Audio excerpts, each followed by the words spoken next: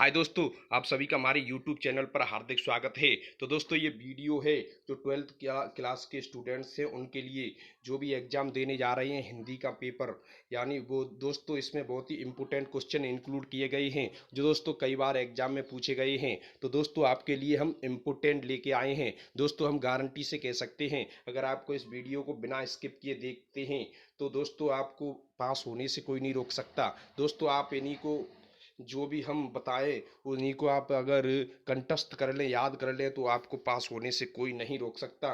क्योंकि दोस्तों ये बहुत ही इंपॉर्टेंट क्वेश्चन है, कई बार एग्जाम में पूछे जा चुके हैं और आगे भी आने के बहुत ज़्यादा चांस हैं। तो दोस्तों ये बहुविकल्पीय प्रश्न है, इसमें आपको 83 क्वेश्चन देखने को मिलने जा रहे हैं। तो 83 ऐसे तो इसमें 300 से ऊपर क्वेश्चन हैं, लेकिन जो इम्पोर्टेंट हैं 83 क्वेश्चन वो ही हम आपको बताने जा रहे हैं। तो दोस्तों इसमें आपको इम्पोर्टेंट की पहचान ये है कि आपको इसमें देखने को मिलेगा, यानी सर्कल देखने को मिलेगा, वो ही क्वेश्चन बहुत इम्पोर्टेंट साबित होने वाले हैं। तो दोस्तों बिना देरी किए जल्दी से इस वीडियो को बात देख लेते हैं।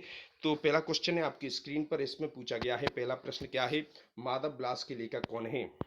जो माधव विलास रचना है तो उसके लेखक कौन है? उसके लेखक है लल्लू लाल, यानी कि गा आपका राइट आंसर हो जाएगा। नेक्स्ट क्वेश्चन है बर्ड रत्नाकर, यानी जो बर्ड रत्नाकर है उसके रचनाकार कौन है? तो उसके रचनाकार है ज्योतिरीश्वर ठाकुर, यानी कि घा आपका राइट आंसर हो जाएगा। नेक्स्ट क्वेश्चन है प्रेम सागर के रचनाकार कौन है? प्रेम सागर, तो प्रेम सागर के रचनाकार आपके हो जाएंगे लल्लू लाल। कौन है? लल्लू लाल, यानी कि खा आपका राइट आंसर हो जाएगा। पंडित लल्लू लाल इनका पूरा नाम है। अब देख लेते हैं दोस्तों, हमने बताया है कि जो सर्कल वाले हैं वो ही इम्पोर्टेंट एमसीक्यू है, यानी बहुविकल्पीय प्रश्न है। अष्टयाम, तो अष्टयाम के रचयिता कौन है? अष्टयाम के रचयिता है नाबादास, यानी कि गा आपका राइट आंसर हो जाएगा। नाबादास अष्टयाम के रचयिता हैं, अष्टयाम कृति के लेखक हैं नाबादास। अब इसमें पूछा गया है श्रृंगार रस मंडन के रचयिता कौन है? तो श्रृंगार रस मंडन के रचयिता हैं गोसाई विट्ठलनाथ, यानी कि इसका भी मतलब गा बिल्कुल सही आंसर हो जाएगा। गोसाई विट्ठलनाथ श्रृंगार रस मंडन के रचयिता हैं। नेक्स्ट है नासकेतु पाख्यान के रचयिता कौन है? तो नासकेतु पाख्यान के रचयिता हैं सदल मिश्र, जो दोस्तों बहुत इंपॉर्टेंट है, कई बार एग्जाम में पूछा जाने वाला क्वेश्चन है। सदल मिश्र इसके रचयिता हैं। तो नेक्स्ट क्वेश्चन है सुखसागर, तो दोस्तों सुखसागर के लेखक कौन है? सुखसागर, तो सुखसागर के लेखक हो जाएंगे दोस्तों मुंशी सदा सुखलाल। जो सुख है उसी से उनका नाम जुड़ा है, मुंशी सदा सुखलाल। आपको इसमें सुख देखने को मिला है, इसके जरिए आप याद कर सकते हैं। तो खा आपका बिल्कुल राइट आंसर हो जाएगा।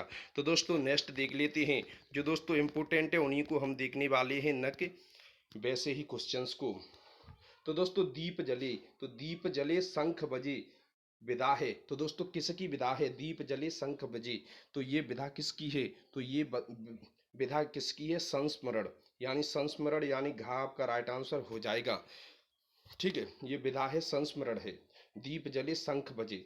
तो हिंदी गद्य साहित्य के जनक माने जाते हैं, तो हिंदी गद्य साहित्य के जनक कौन माने जाते हैं? तो वो माने जाते हैं भारतेंदु हरिश्चंद्र, जो बहुत ज़्यादा इंपॉर्टेंट क्वेश्चन है। तो गा आपका राइट आंसर हो जाएगा। नेक्स्ट क्वेश्चन है 17, यानी कि 17 क्वेश्चन। तो 100 अजान 1 सुजान के लेखक हैं।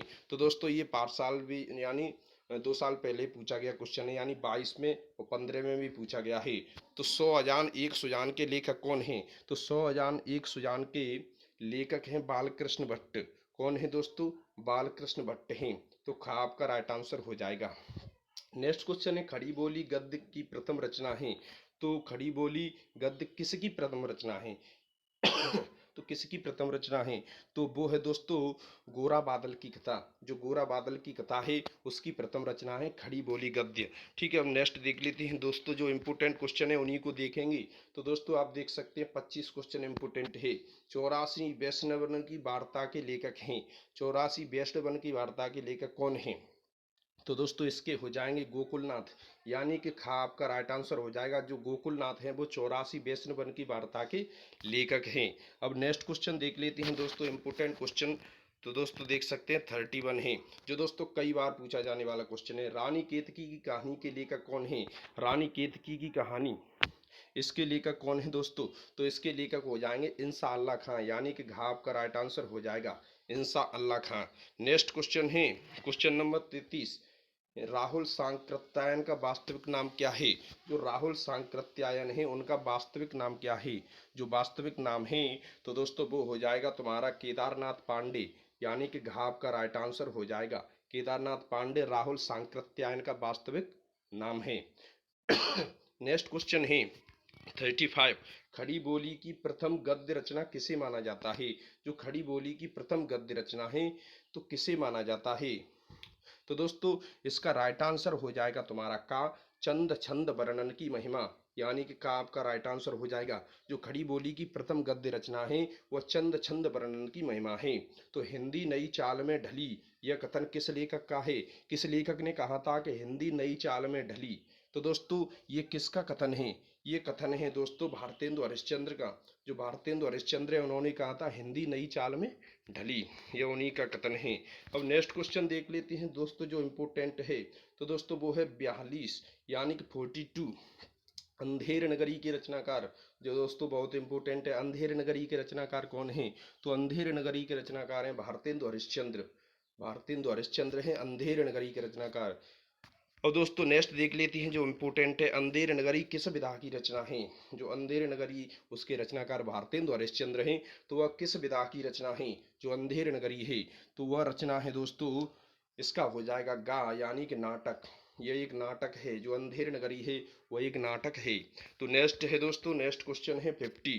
तो 50 क्वेश्चन में पूछा गया है हिंदी का प्रथम नाटक, यानी हिंदी का प्रथम नाटक कौन है, यानी क्या है? हिंदी का प्रथम नाटक हो जाएगा नहुस, यानी कि घ आपका राइट आंसर हो जाएगा। संयोगिता स्वयंवर किसकी रचना है? यानी जो संयोगिता स्वयंवर है वह किसकी कृति है? तो वह कृति हो जाएगी श्रीनिवास दास की, यानी खा आपका राइट आंसर हो जाएगा। नेक्स्ट क्वेश्चन है लहरों के राजहंस। जो लहरों की राजहंस कृति का संबंध गद्य की किस विधा से है? जो लहरों की राजहंस कृति है उसका संबंध गद्य की किस विधा से है? रिपोर्टाज, नाटक, संस्मरण या आत्मकथा?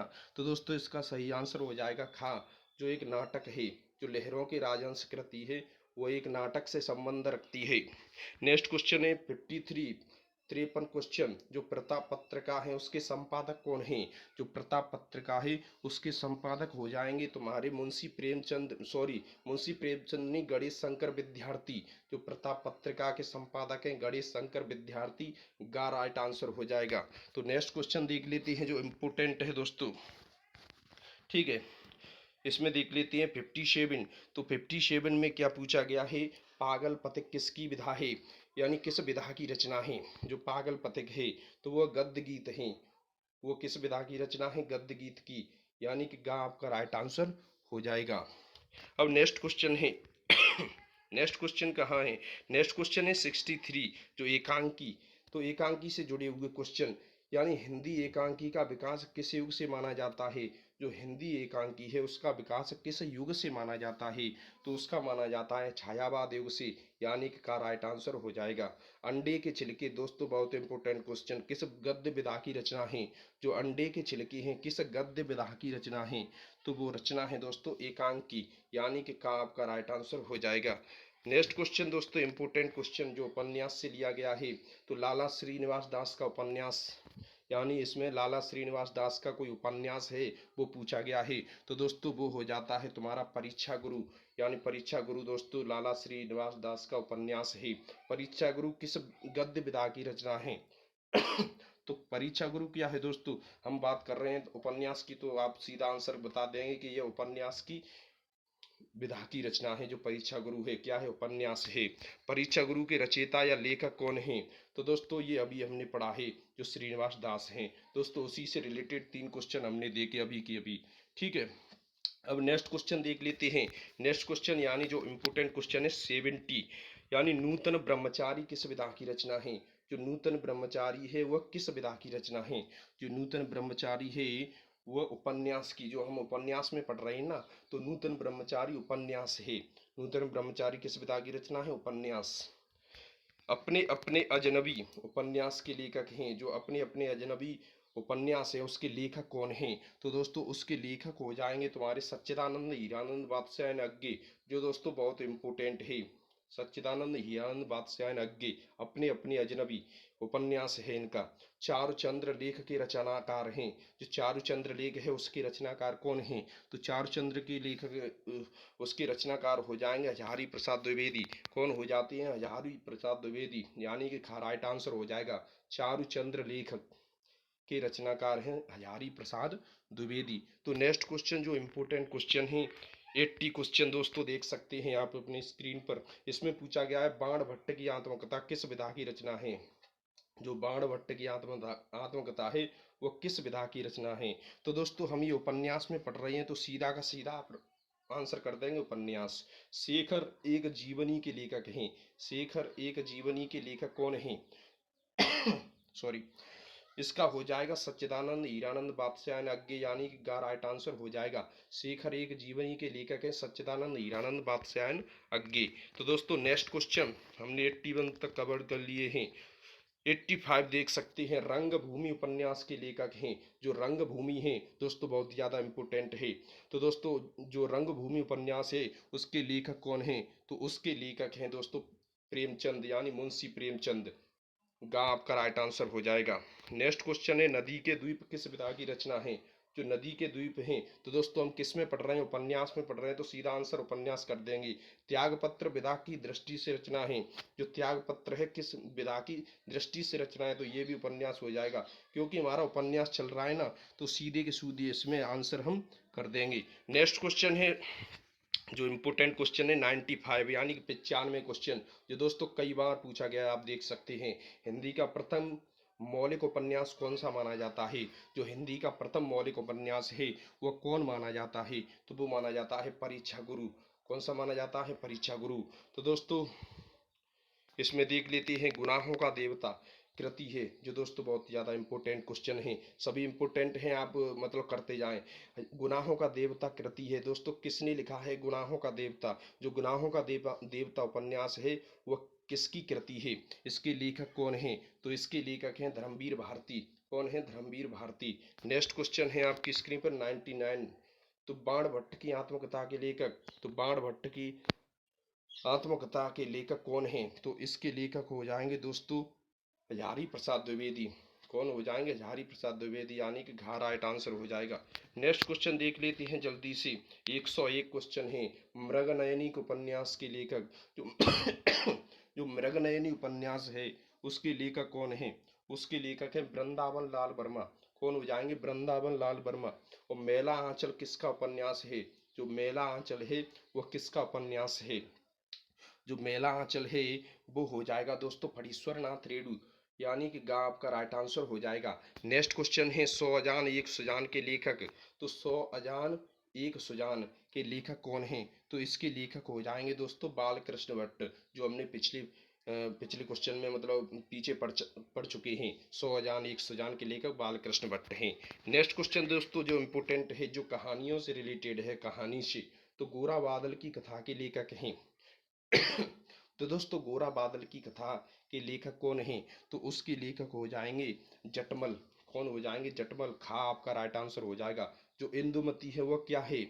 इंदुमती क्या है? प्रथम कहानी होगी, क्योंकि ये कहानी से रिलेटेड है। तो दोस्तों आप सीधा इसका आंसर कर देंगे कहानी, यानी प्रथम कहानी का आपका राइट आंसर हो जाएगा। राहुल सांकृत्यायन ये तो इम्पोर्टेंट है नहीं, जो इम्पोर्टेंट है उन्हीं को देखेंगे, ठीक है। अब इसमें 19 नंबर पर आप देखेंगे हिंदी की प्रथम कहानी किसे माना जाता है? जो हिंदी की प्रथम कहानी है वह कौन सी है? किसे माना जाता है? जो हिंदी की प्रथम कहानी है उसे माना जाता है इंदुमती। तो दोस्तों अभी हमने लास्ट क्वेश्चन में पढ़ा था इंदुमती, ठीक है, किस कृति के। अब नेक्स्ट क्वेश्चन है 121 121 जिंदगी और जोंक के लेखक हैं। जिंदगी और जोंक के लेखक कौन हैं? जिंदगी और जोंक के लेखक है अमरकांत, यानी खा आपका राइट आंसर हो जाएगा। नेक्स्ट क्वेश्चन है क्वेश्चन नंबर जल्दी से देख लेते हैं 132 यानी 132 132 कर्मनाशा की हार, जो दोस्तों इम्पोर्टेंट क्वेश्चन है, जो लास्ट ईयर पूछा गया था। कर्मनाश हार की कहानी के लेखक कौन है? जो कर्मनाशा की हार है उस कहानी के लेखक कौन है? तो दोस्तों 132 का हो जाएगा शिव प्रसाद सिंह।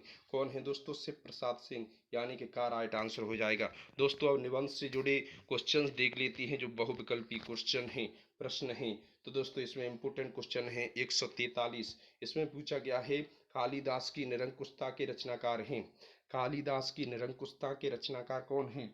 तो कालिदास की निरंकुशता के रचनाकार हो जाएंगे महावीर प्रसाद द्विवेदी, यानी कि का राइट आंसर हो जाएगा। नेक्स्ट क्वेश्चन है शिक्षा का उद्देश्य निबंध के लेखक हैं। जो शिक्षा का उद्देश्य निबंध है उसके लेखक कौन हैं? तो उसके लेखक हो जाएंगे दोस्तों आपके डॉक्टर संपूर्णानंद, यानी कि गा राइट आंसर हो जाएगा। जो शिक्षा का उद्देश्य है उस निबंध के लेखक कौन है? डॉक्टर संपूर्णानंद। दोस्तों बहुत ही इंपॉर्टेंट क्वेश्चन है, बिना स्किप किए आप इस वीडियो को देखें तो आपको पास होने से कोई नहीं रोक सकता। कला और संस्कृति के लेखक हैं। कला और संस्कृति के लेखक कौन हैं? तो कला और संस्कृति के लेखक हैं वासुदेव शरण अग्रवाल। कौन है दोस्तों? वासुदेव शरण अग्रवाल, यानी कि का आपका राइट आंसर हो जाएगा। तो दोस्तों नेक्स्ट क्वेश्चन देख लेते हैं, यानी 170 170 क्वेश्चन में पूछा गया है कन्यादान निबंध है उसके लेखक कौन है? जो दोस्तों निबंध है कन्यादान उसके लेखक कौन है? तो उसके लेखक हो जाएंगे दोस्तों सरदार पूर सिंह। कौन हो जाएंगे? सरदार पूर सिंह, यानी कि घ आपका राइट आंसर हो जाएगा। नेक्स्ट क्वेश्चन है 173। इसमें पूछा है क्या भूलूं क्या याद करूं, किसकी आत्मकथा है? तो दोस्तों ये क्वेश्चन है 173, इसका राइट आंसर हो जाएगा हरिवंश राय बच्चन, यानी हरिवंश राय बच्चन की यह आत्मकथा है क्या भूलूं क्या याद करूं। तो नेक्स्ट क्वेश्चन है, नेक्स्ट क्वेश्चन क्या है, क्वेश्चन नंबर आप देख सकते हैं। नेक्स्ट जो इम्पोर्टेंट क्वेश्चन है 188, इसमें पूछा गया है संस्कृति के 4 अध्याय पुस्तक के लेखक हैं। संस्कृति के 4 अध्याय पुस्तक के लेखक कौन हैं? तो दोस्तों 188 का राइट आंसर हो जाएगा विद्यानिवास मिश्र। कौन है? विद्यानिवास मिश्र, यानी कि चौथा, यानी घा आपका राइट आंसर हो जाएगा। नेक्स्ट क्वेश्चन है 191, जीवन और दर्शन के रचनाकार हैं। जीवन और दर्शन के रचनाकार कौन हैं? 191 का गा संपूर्णानंद, यानी डॉक्टर संपूर्णानंद जीवन और दर्शन के रचनाकार हैं। तो नेक्स्ट क्वेश्चन दोस्तों देख लेते हैं जल्दी से। इसमें 201 जो इम्पोर्टेंट क्वेश्चन है, कुटज जो निबंध है, जो कुटज निबंध संग्रह के लेखक कौन है? तो दोस्तों इसके लेखक हो जाएंगे हजारी प्रसाद द्विवेदी, यानी कि गा राइट आंसर आपका हो जाएगा। नेक्स्ट क्वेश्चन है, क्वेश्चन नंबर आप देख सकते हैं 209, क्या भूलूं क्या याद करूं, किस रचना की विधा है? इसमें पूछा है क्या भूलूं क्या याद करूं, किस रचना की विधा है? तो दोस्तों इसका राइट आंसर हो जाएगा गा, यानी कि आत्मकथा है। यह क्या है? आत्मकथा है, अभी हमने पढ़ा था। नेक्स्ट क्वेश्चन है, नेक्स्ट क्वेश्चन क्या है? तो दोस्तों ये है 211।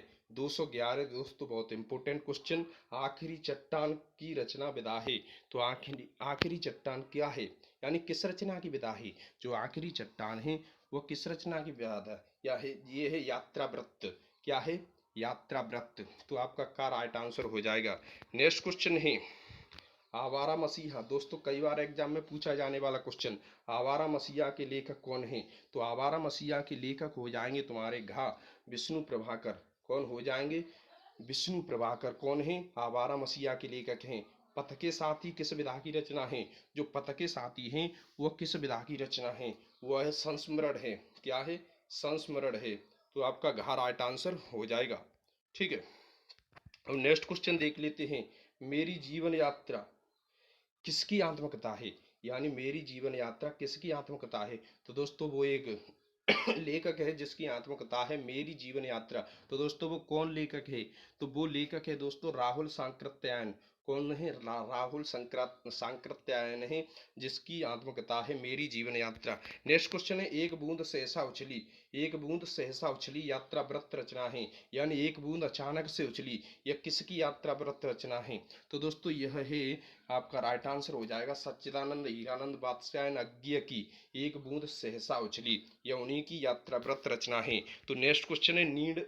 नीड का निर्माण फिर, यह किसकी आत्मकथा है? जो नीड का निर्माण फिर, तो दोस्तों ये किसकी आत्मकथा है, किस लेखक की आत्मकथा है? तो दोस्तों इसका राइट आंसर हो जाएगा हरिवंश राय बच्चन। हरिवंश राय बच्चन की आत्मकथा है नीड का निर्माण फिर। ठीक है, नेक्स्ट क्वेश्चन देख लेते हैं दोस्तों, बहुत इंपोर्टेंट क्वेश्चन आपके लिए हम लेके आए हैं, तो बिना स्किप किए इस वीडियो को देखते चलिए। तो आवारा मसीहा किसकी रचना विधा है? जो आवारा मसीहा है जिसकी रचना विधा है, यानी किसकी रचना विधा है जो आवारा मसीहा है? तो दोस्तों इसका सही आंसर हो जाएगा यह जीवनी है। यह जीवनी है, जो आवारा मसीहा है वह जीवनी की रचना विधा है। तो नेक्स्ट क्वेश्चन है 232, बंगाल का अकाल किसकी विधा है? जो बंगाल का काल है वह किसकी विधा है?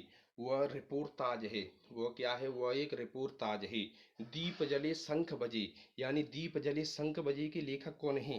दीप जले शंख बजे के लेखक हो जाएंगे तुम्हारे कन्हैया लाल मिश्र प्रभाकर, यानी कि घर राइट आंसर हो जाएगा। नेक्स्ट क्वेश्चन है, पैरों में पंख बांधकर यात्रा वृत्तांत कृति है। पैरों में पंख बांधकर यात्रा वृत्तांत कृति है, तो दोस्तों किसकी है? तो ये किसकी कृति है? इसका राइट आंसर हो जाएगा रामवृक्ष बेनीपुरी की। किसकी है? रामवृक्ष बेनीपुरी की। तो दोस्तों कलम का सिपाही हिंदी गद्य की कौन सी विधा के अंतर्गत आती है?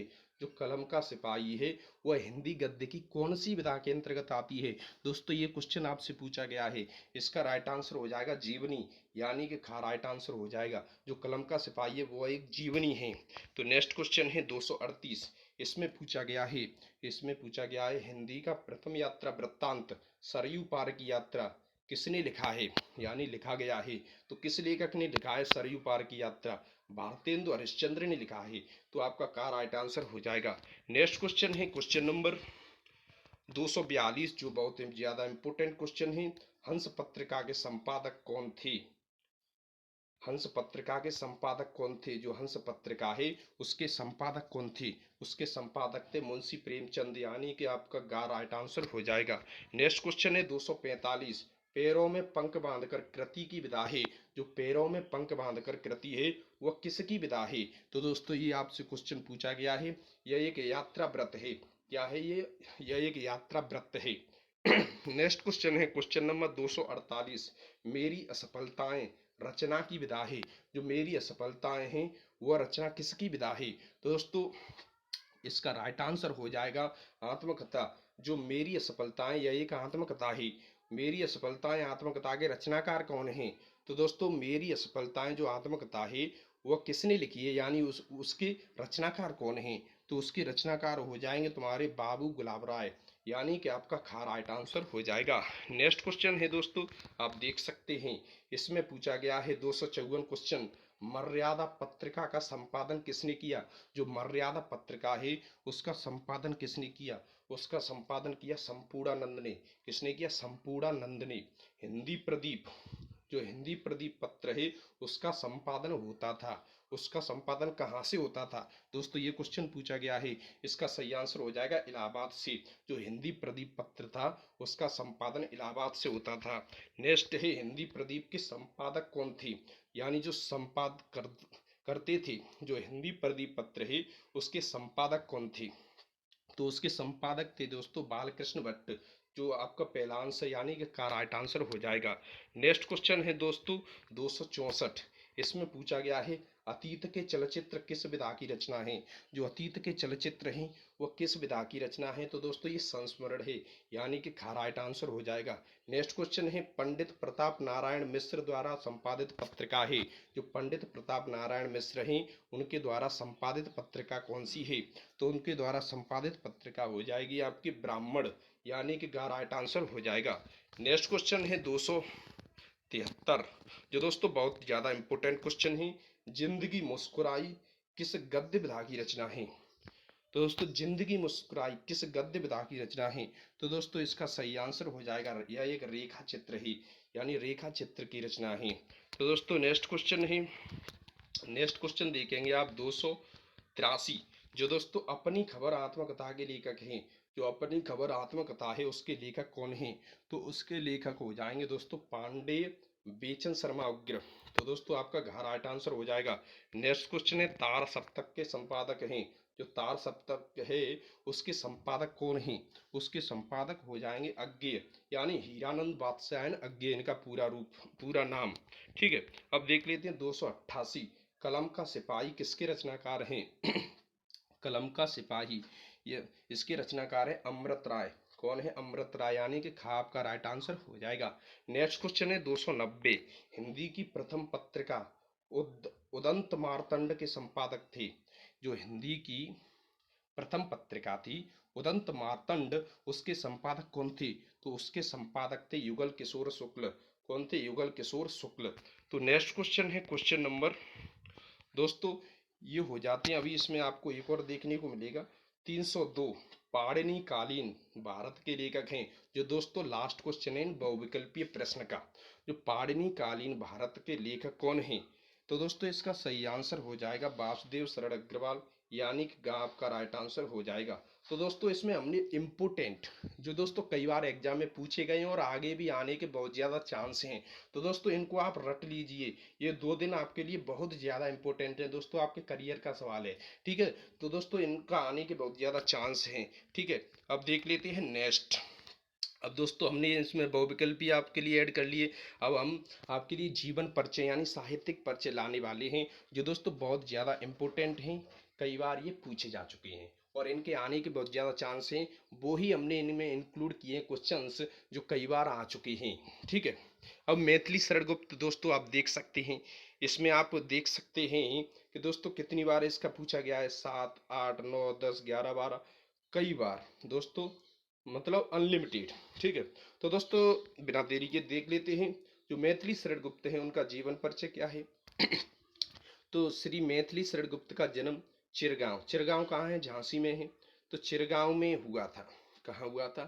चिरगांव में हुआ था। इनके पिता सेठ रामचरण गुप्त को, जो इनके पिता थे सेठ रामचंद्र गुप्त, हिंदी साहित्य के विशेष प्रेम था। किससे प्रेम था उन्हें? हिंदी साहित्य से। जो हिंदी साहित्य था उससे विशेष प्रेम था।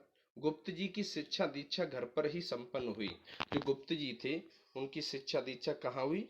जो मैथिली शरण गुप्त थे घर पर ही संपन्न हुई। घर के साहित्यिक वातावरण के कारण इनमें काव्य के प्रति अभिरुचि जागृत हुई। जो काव्य के प्रति अभिरुचि जागृत हुई। तो 12 दिसंबर सन 1964, दोस्तों संवत 2021, संवत और सन में क्या फर्क होता है? तो दोस्तों जो संवत होती है वो 57 ईयर आगे चलती है। जो सन होती है उससे, यानी जो संवत होती है वो 2000 वो 57 वर्ष आगे चलती है। तभी तो इसमें 2021 है, 1964 है।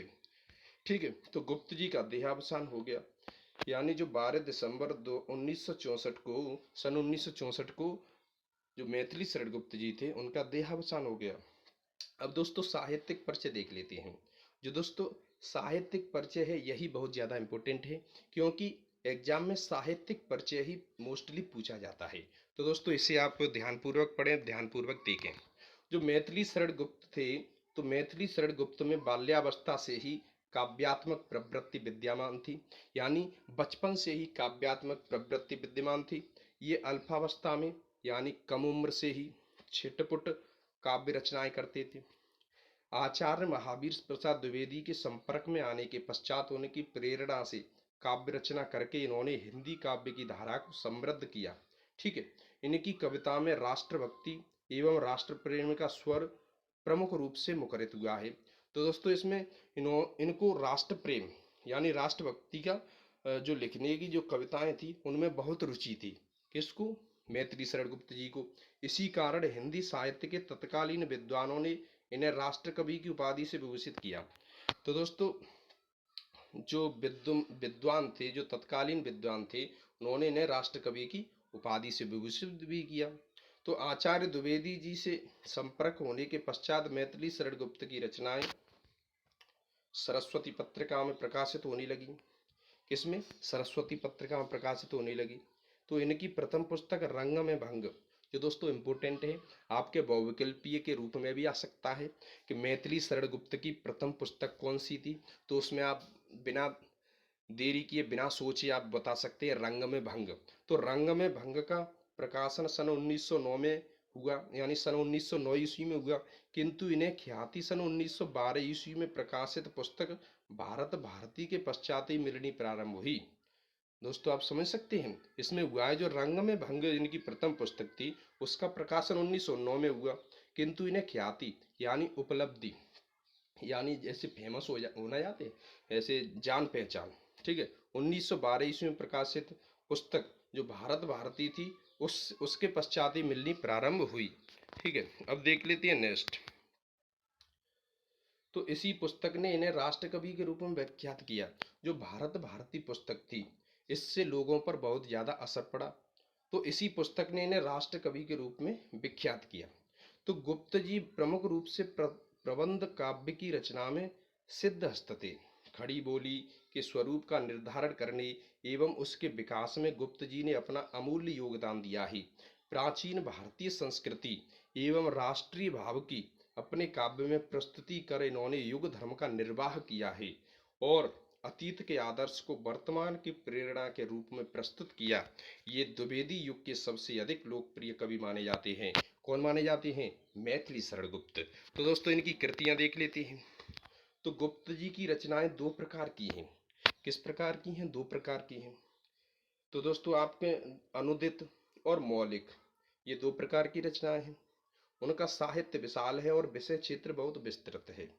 जो मौलिक रचनाएं का नंबर पर ली गई हैं और जो इसमें दी गई हैं इसमें खा नंबर पर है, लेकिन उससे कोई परेशानी नहीं। जो मौलिक रचनाएं उसमें आपको देखने को मिलेगी भारत भारती, साकेत और यशोधरा। दोस्तों आप इतना ही लिखाएं बहुत है। जो मौलिक रचनाएं इनकी भारत भारती, साकेत और यशोधरा। और जो अनुदित है, जो अनुदित है उसमें रचना आपको देखने को मिलेंगी प्लासी का युद्ध, मेघनाद वध और व्रत संहार, व्रत संहार। तो दोस्तों ये हो जाता है मैथिली शरण गुप्त की रचनाएं हो जाती हैं। इसमें हमने उनका जीवन परिचय देखा, साहित्यिक परिचय देखा।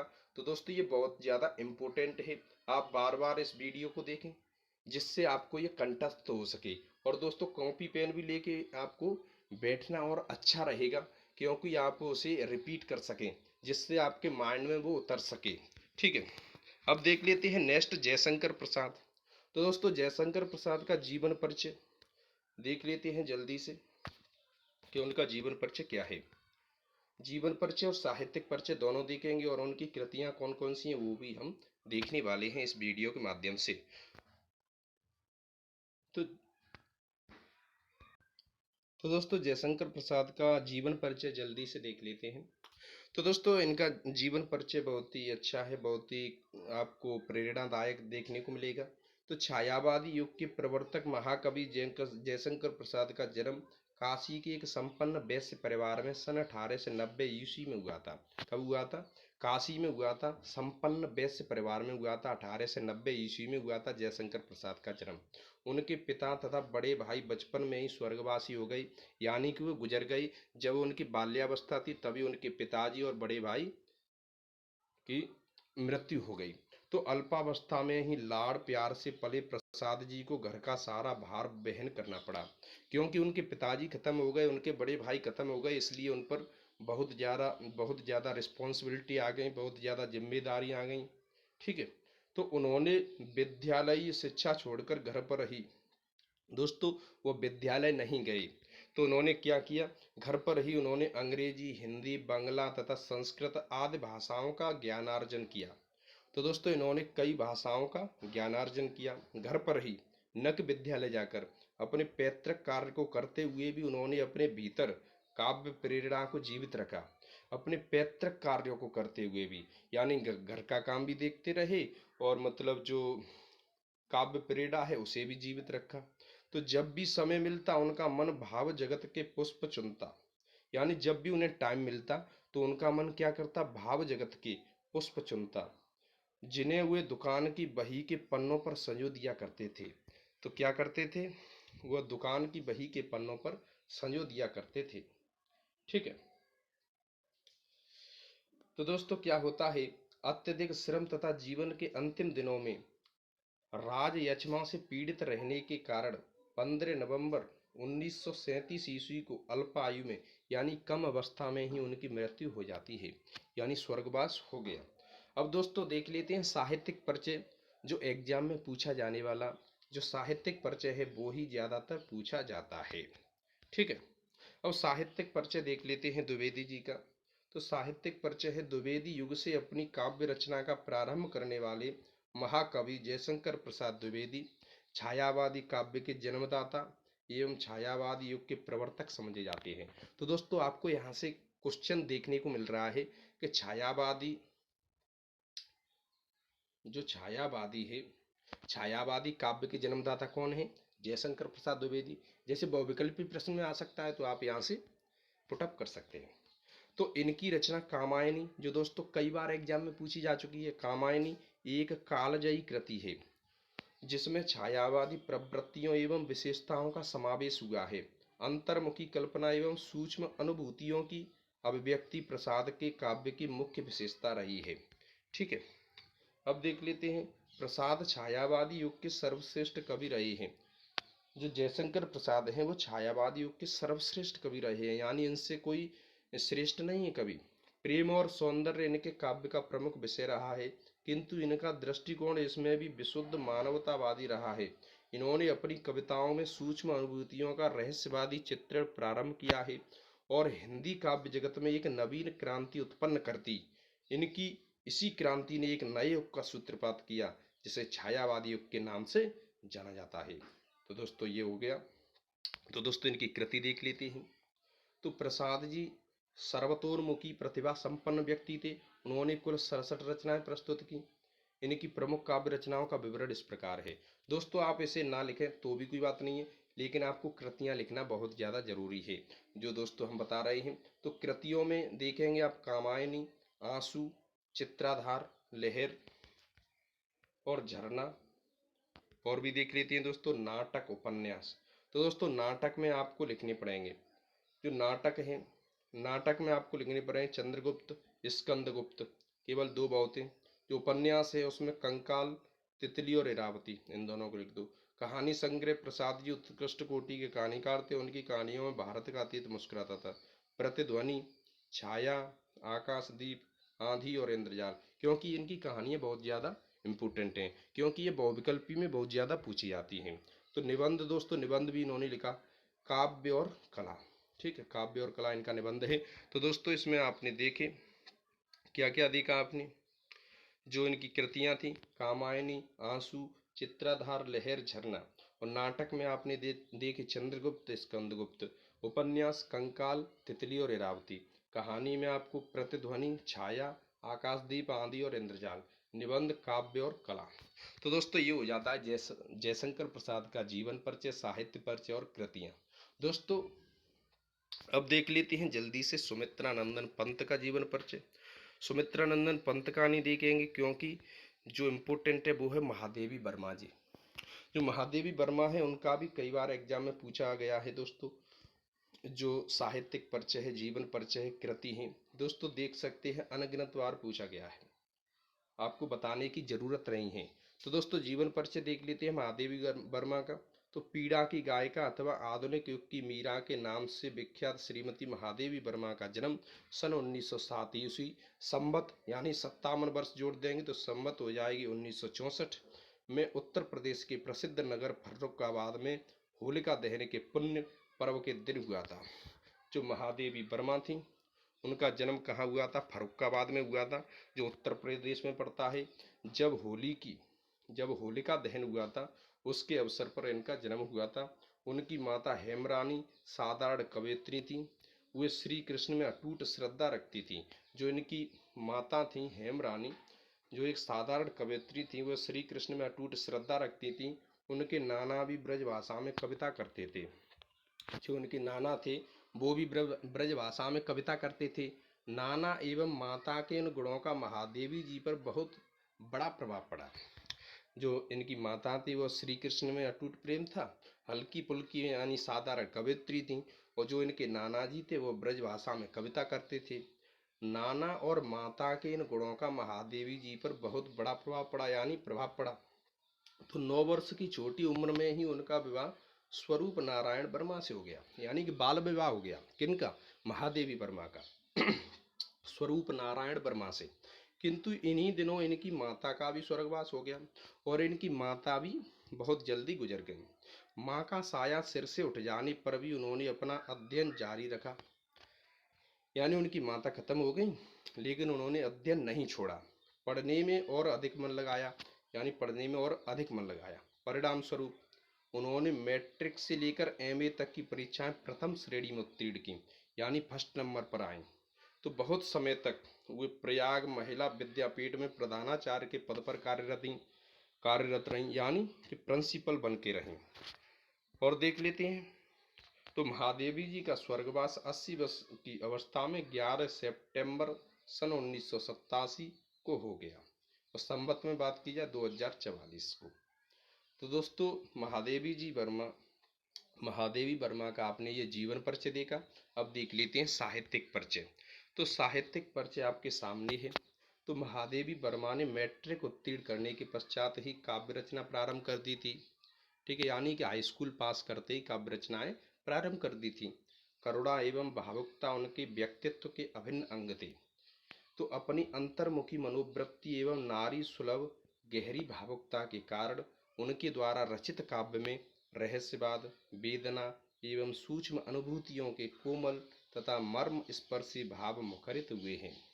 जैसा उनका स्वभाव था वैसी ही उनकी रचनाएं थीं। इनके काव्य में संगीतात्मकता एवं भाव तीव्रता का सहज स्वाभाविक समावेश हुआ है। इनकी रचनाएं सर्वप्रथम चांद नामक पत्रिका में प्रकाशित हुई। जो इनकी रचनाएं थीं सबसे पहले किस पत्रिका में प्रकाशित हुई थी? चांद नामक पत्रिका में। किस में हुई थी? चांद नामक पत्रिका में प्रकाशित हुई थी। तत्पश्चात यानी इसके पश्चात इन्हें एक प्रसिद्ध कवयित्री के रूप में प्रसिद्धि प्राप्त हुई। सन 1933 में इन्होंने प्रयाग महिला विद्यापीठ के प्राचार्य पद को सुशोभित किया। इनकी काव्यात्मक प्रतिभा के लिए इन्हें से कसरिया एवं मंगला प्रसाद पुरस्कारों से सम्मानित किया गया। ठीक है, इसके पश्चात क्या होता है? इसके पश्चात भारत सरकार ने इन्हें पद्म भूषण की उपाधि से सम्मानित किया। जो इंडियन गवर्नमेंट है उन्होंने भी महादेवी वर्मा को पद्म भूषण की उपाधि से सम्मानित किया। सन 1983 ईस्वी में इन्हें ज्ञानपीठ पुरस्कार से भी सम्मानित किया गया। जो ज्ञानपीठ पुरस्कार है जो हिंदी में दिया जाता है, तो 1983 ईस्वी में इन्हें सम्मानित किया गया। और इसी वर्ष यानी 1983 में ही इन्हें उत्तर प्रदेश सरकार की ओर से भारत भारती पुरस्कार प्रदान किया गया। तो दोस्तों पुरस्कारों की इन्होंने जड़ी लगा दी। क्या लगा दी? झड़ी लगा दी अपनी प्रतिभा के कारण। ठीक है, तो पुरस्कार प्रदान किया गया। तो प्रसिद्ध समालोचकों ने इन्हें आधुनिक युग की मीरा के नाम से संबोधित किया। जो प्रसिद्ध समालोचक थे इन्होंने इन्हें आधुनिक युग की मीरा के नाम से संबोधित किया कि ये आधुनिक युग की मीरा हैं। अब देख लेते हैं कृतियां। जो महादेवी जी की प्रमुख रचनाएं हैं उनकी कृतियां हैं, उन्हें देख लेते हैं। तो दोस्तों इसमें आपको डिटेल में लिखने की ज़्यादा ज़रूरत नहीं है, आप बड़ा बड़ा लिख सकते हैं। जैसे नीहार। नीहार क्या है? इस काव्य संकलन में भावमय गीत संकलित हैं, उसमें वेदना का स्वर मुखरित हुआ है। केवल आपको नीहार लिखना है। नीहार, रश्मि, नीरजा, सांद गीत और दीपशिखा। जो दोस्तों कई बार पूछी गई है वो है सांद गीत और दीपशिखा, जो बहुविकल्पी में पूछी गई है। किस में पूछी गई है? कई बार। ठीक है, जो दीपशिखा है वो तो बहुत ज़्यादा इंपॉर्टेंट है। तो दोस्तों आपको इसके माध्यम से बहुविकल्पीय बिल्कुल क्लियर होते जा रहे हैं। तो दोस्तों ये इनकी कृतियाँ थी महादेवी जी की। तो दोस्तों इसमें हमने देखे हैं, इसमें हमने तीन तीन लेखक हैं जिनके जीवन परिचय देखे हैं। महादेवी वर्मा जी, सुमित्रानंदन पंत, और देख लेते हैं सुमित्रानंदन पंत का नहीं, जयशंकर प्रसाद, और देखा है हमने मैथिली शरण गुप्त। जो दोस्तों कई बार एग्जाम में पूछे गए हैं। तो दोस्तों बहुत ही इम्पोर्टेंट हैं। जो इनके साहित्यिक परिचय, कृतियाँ और जीवन परिचय हैं वो बहुत ज़्यादा इम्पोर्टेंट हैं। दोस्तों आप इन तीनों को कंठस्थ कर लें, बिल्कुल याद कर लें। अगर आपकी समझ में ना आए तो दोबारा से आप वीडियो को देख सकते हैं, अगेन एंड अगेन देख सकते हैं। दोस्तों अभी और हम मटेरियल ला रहे हैं इसी में। ठीक है दोस्तों।